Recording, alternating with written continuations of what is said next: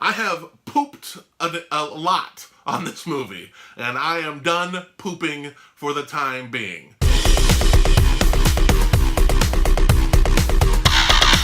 And now, it's time for Fat Dude Digs Flicks with your host, Andy the Fat Dude.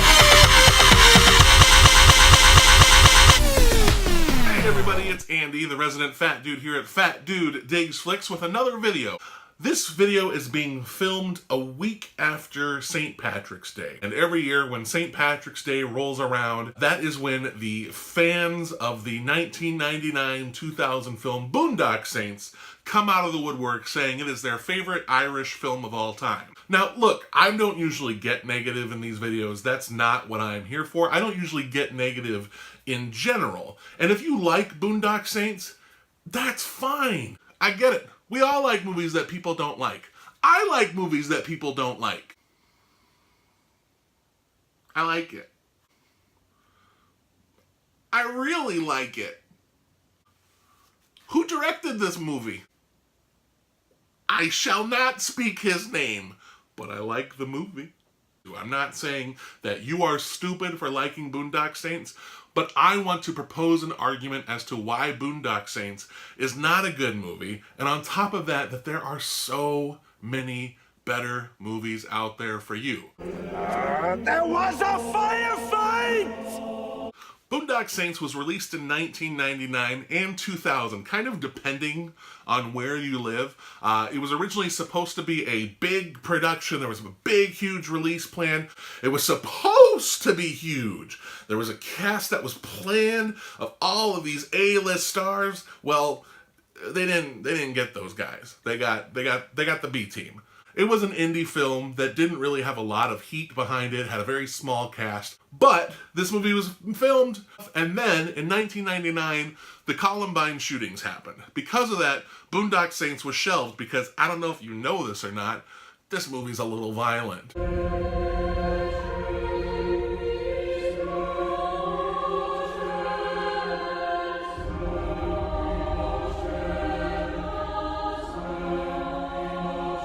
So they pulled Boondock Saints from the release schedule, and then it found a home on home video. I was working at Blockbuster Video at the time, and Boondock Saints was a Blockbuster exclusive. Now, for those of you who never got to experience the joy of a Blockbuster Video, let me tell you what a Blockbuster exclusive was. Welcome to Blockbuster Video. Is popping up all over the country. There's one near you. Blockbuster exclusives were movies that were made for Showtime or put in very few theaters and then released on VHS. They were kind of released on DVD, but it was mostly a VHS thing. There was no fanfare. The video cassettes themselves were super cheap. It was like they found the cheapest material possible, slapped it together, and called it a video cassette. And then, on top of that, they were shitty movies too. Again, it's okay to like Boondock Saints. So Boondock Saints made it to the Blockbuster exclusives pantheon. I, as a video store employee, was allowed 5 free rentals a week, the week before films were released. So let me tell you my joy when I saw a movie with 2 men with guns on the cover that said on the back, "More Tarantino than Tarantino." Boondock Saints is violent. Boondock Saints is vulgar. Boondock Saints is not good. There's a very good idea at the heart of Boondock Saints. It's the execution that's bad. It's just this mess of a movie that people really love and enjoy. It's somehow become this cult classic. They even made a sequel to it years later, which people don't talk about anywhere near as much as they talk about Boondock Saints. That's probably because even fans of Boondock Saints are trying to forget that this sequel exists. But enough taking a crap on a movie. I'm going to give you a list of movies that I think are better than Boondock Saints. Maybe you'll like these movies a little bit better than that thing we call Boondock Saints. So you like Boondock Saints because you like Hitman movies. Hitman movies are awesome. Movies about these assassins that carry out these things that usually are on the side of good. Yeah, I dig that. That's a lot of fun. So if you're going to go with a movie about an assassin with a heart of gold, you cannot go wrong with Leon the Professional.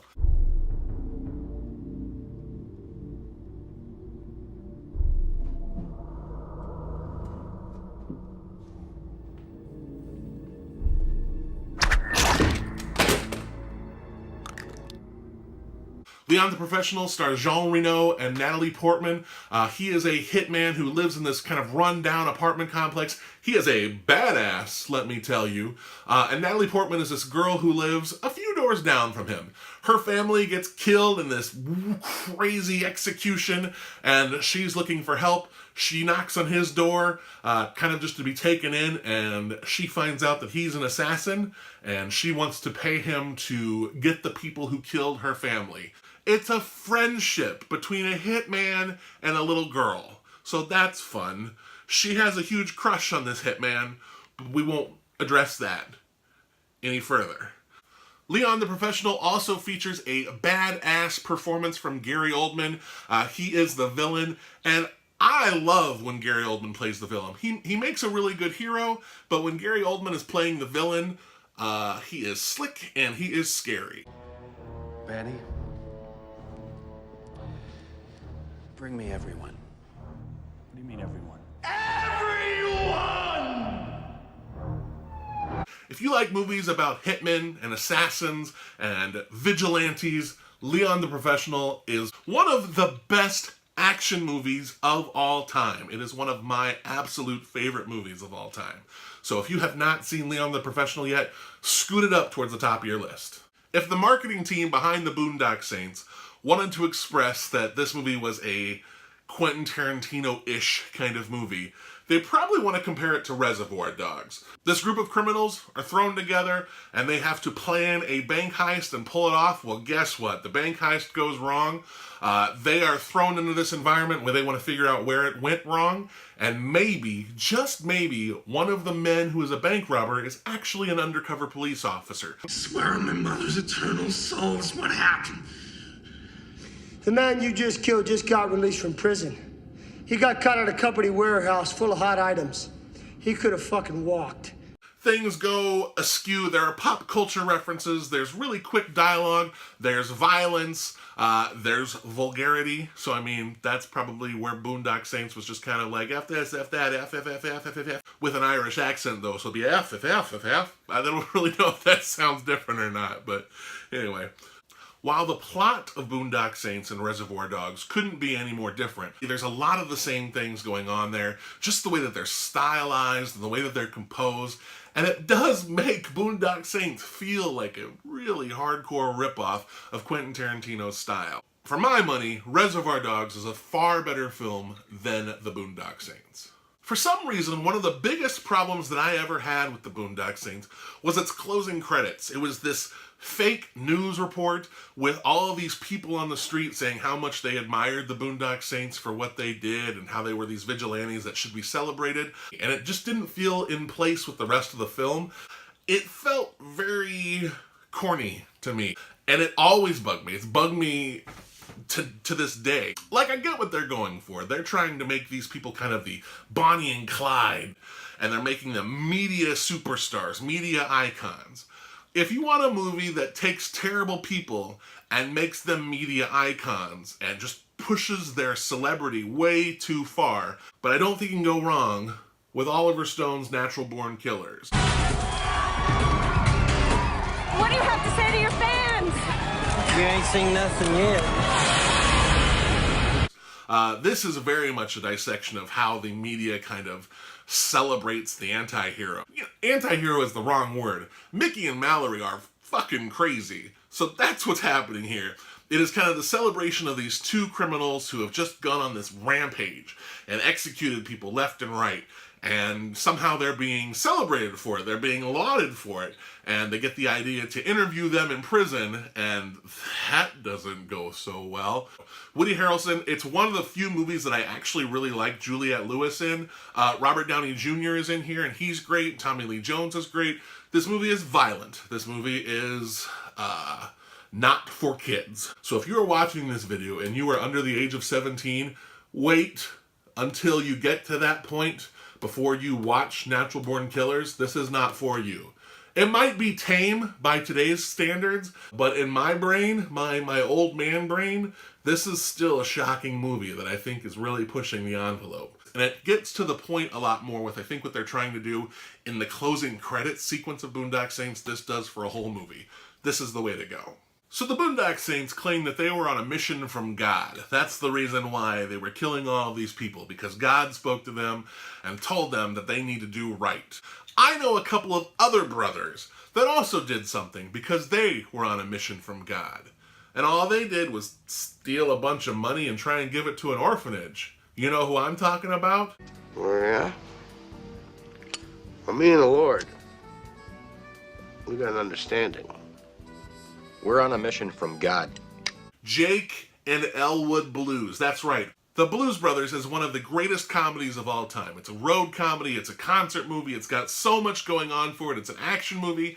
I think the thing that always kind of hampers the Blues Brothers movie is that it is a little slow. It's a very long movie. Like, the Blues Brothers is almost 3 hours long, and for a comedy, that runs a little steep.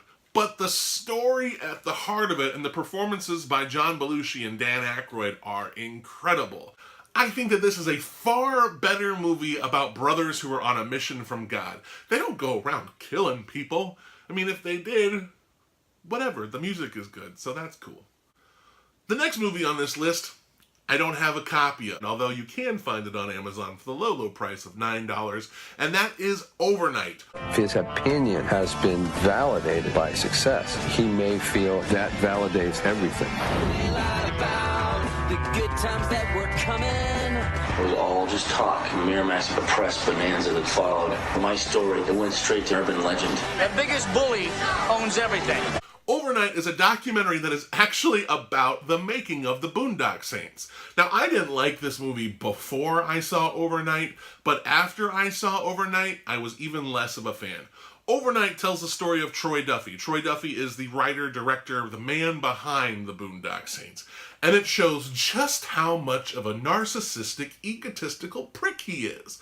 And because of that, it's very difficult for me to get behind this guy and this movie. It's not that he's just a narcissist. It's not that he's just an egotistical prick. There are people like that all the time. It's that he was so selfish and so rude on the set of the movie, and he treated all of the other people who were working on the movie like crap, and all of a sudden thought that everything was supposed to be handed to him on some silver platter. That's one of the reasons why I really don't like this guy.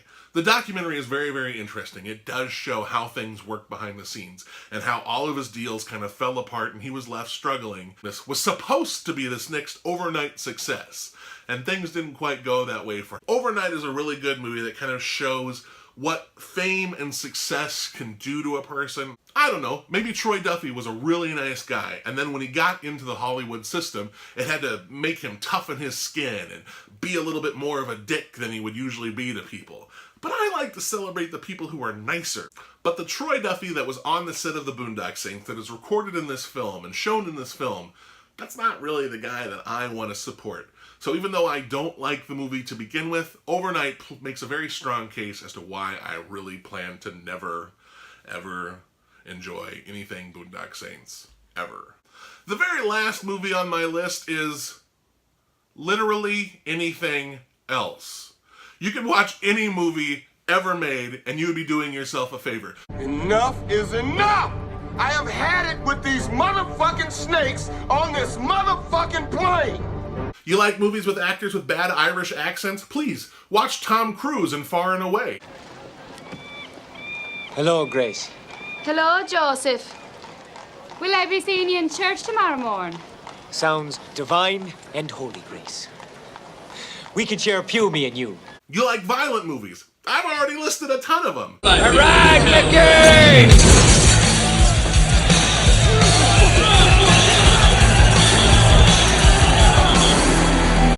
You like movies with bad acting? Boy, have I got a doozy for you. I did not hit her. It's not true. It's bullshit. I did not hit her. I did not. Oh, hi, Mark. All I'm saying is that literally any movie out there is better than Boondock Saints.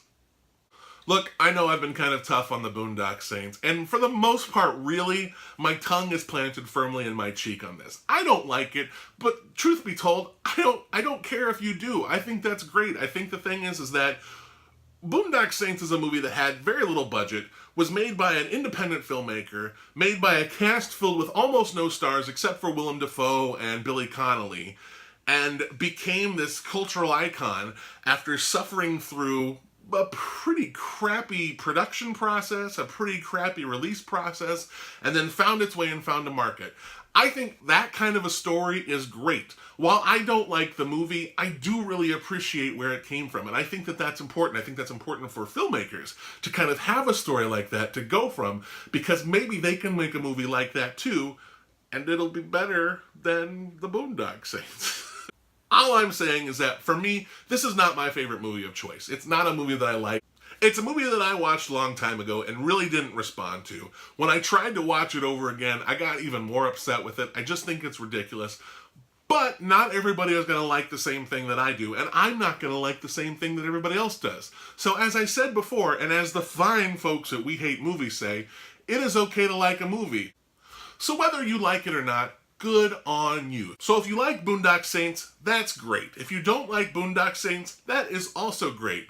Just celebrate the stuff that you like. That's kind of what I did here. I took this as an opportunity to share some more movies with you that I really like in place of something else.